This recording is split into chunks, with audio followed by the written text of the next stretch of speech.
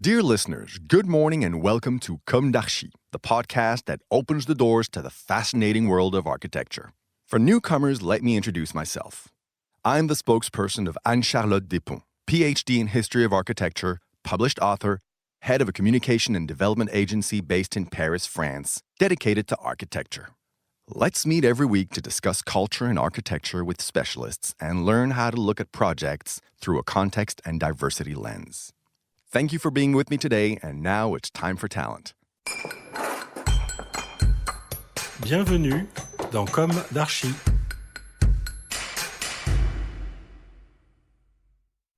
Dear listeners, good morning. This is Esther on behalf of Anne-Charlotte. It's great to be with you again in Season 3 of Comme d'Archi, Episode 8. Today, we will be talking about the world of French architect Alexandre Sfintesco, and on the road to the Roi Soleil with its project on the Villevert Plain in Louveciennes near Versailles. Alexandre Sfintesco is a graduate architect from the École nationale supérieure d'architecture de Paris-Belleville. Alexandre Sfintesco is interested in the scale of the city and the territory, as well as the scale of the user and the feeling. Thus, he is developing a sensitive practice that is firmly rooted in its context.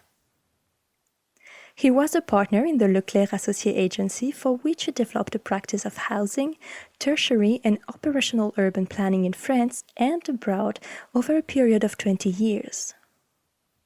Frequently awarded and published, his major achievements in housing include the Saône Park building in Lyon-Confluence, les Docks Apollonia in Ris-Orangis, and les Chais Bacalan in Bordeaux.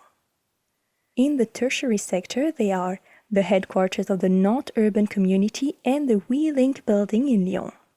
Finally, in urban projects, the Camille Claudel district in Palaiseau, the Ville-Génie district in Massy, and Malaca Delta in Malaga, Spain. In 2020, Alexandre Sfintesco founded the Architecture and Urban Planning Agency, SAFE, alongside Kevin-Antoine Eloy, within the URBENSE operational urban planning platform. This platform, of about 25 people, brings together the professions of architect, urban planner, project management assistant, and project manager. Its approach is to put the project at the heart of the reflection and to bring a global and extremely sharp answer in the creation of the city and its architecture. A multidisciplinary research unit is currently being created to understand and analyze changes in our society. With three other architects, Aurélie Barbet, Myriam Chabani, and Guillaume Sicard, he has just published a book on his research from the Maison de l'Architecture Île-de-France. It is about aging well in the city and is entitled Le Printemps de l'Hiver. This sensitive study on our seniors exposes an inventory of the habitat and the territory in the service of the third age and reveals the questions that we all ask ourselves. While our seniors all have different expectations, which habitats will be able to meet them?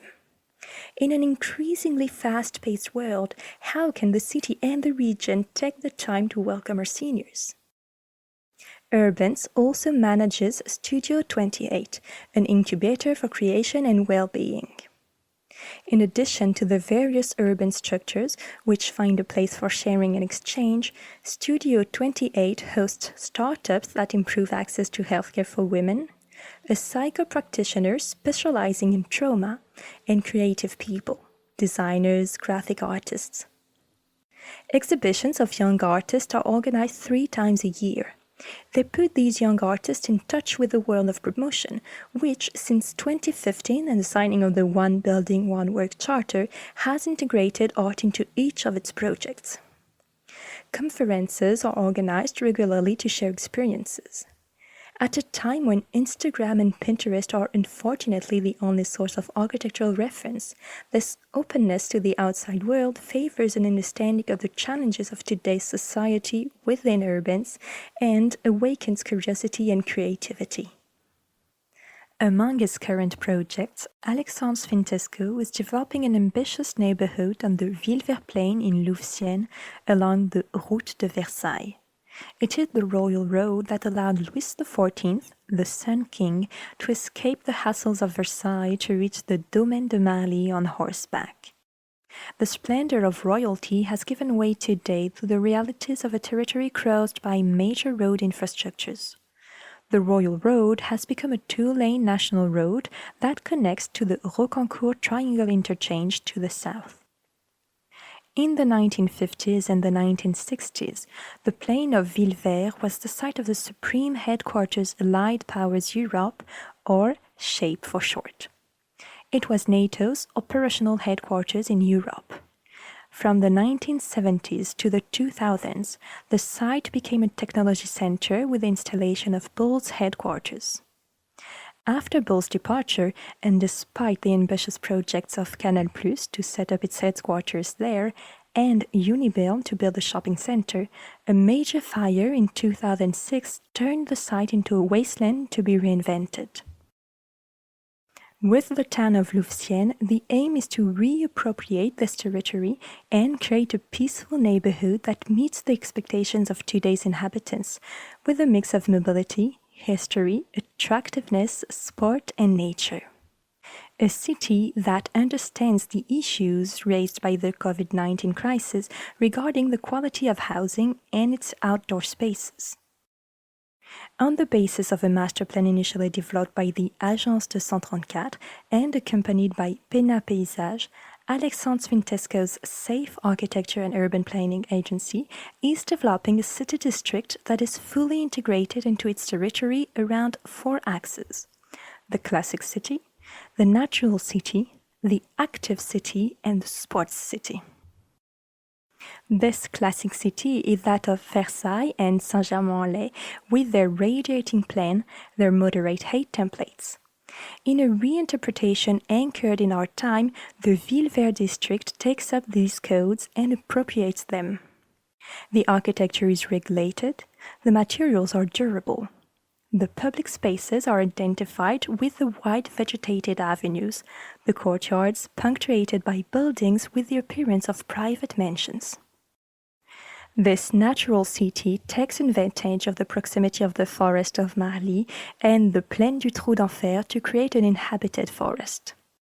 Structured by bridle paths, typical of the surrounding hunting woods, this forest landscape provides security and comfort as well as a real respect for nature and the development of biodiversity.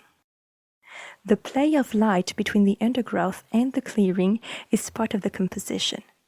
The buildings follow the structure of the trees that make up the forest, with a relationship to the ground that combines transparency and visual openings at the level of the trunks, generous balconies overhang like huts at the level of the foliage, and roofs that offer great ceiling heights and distant views at the level of the canopy. This active city is the one that allows this district to be part of its territory in movement. A service and hotel offer is based on the major road infrastructures nearby. Craftsmen have come to settle in this demanding area linked to the Château de Versailles.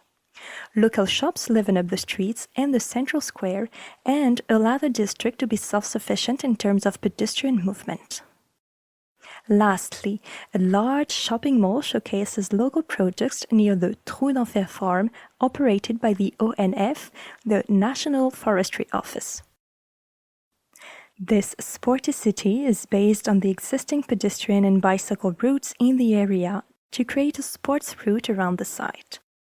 This route takes advantage of the different existing landscapes to find specific features. A playground on the noise barriers to the south, opening up views of the Trou d'Enfer plain to the west. Walking through a landscaped forest to the north or contemplating the historic wall of the Grand Domaine de Versailles to the east. Beyond this local sports offer, it is also a question of creating a destination sports offer with attractive sports facilities.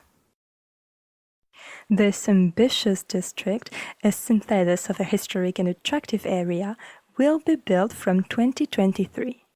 It will welcome a population with a great social and generational mix. Dear listeners, thank you for tuning in. Let's meet again next week for a new Comme d'Archi in English. And until then, take care of yourselves. Goodbye.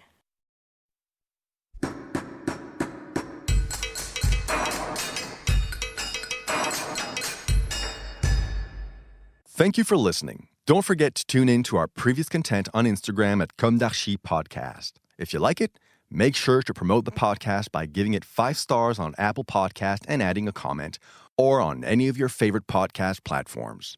And don't forget to subscribe and listen to all of our episodes for free. See you soon, and until then, take care of yourself.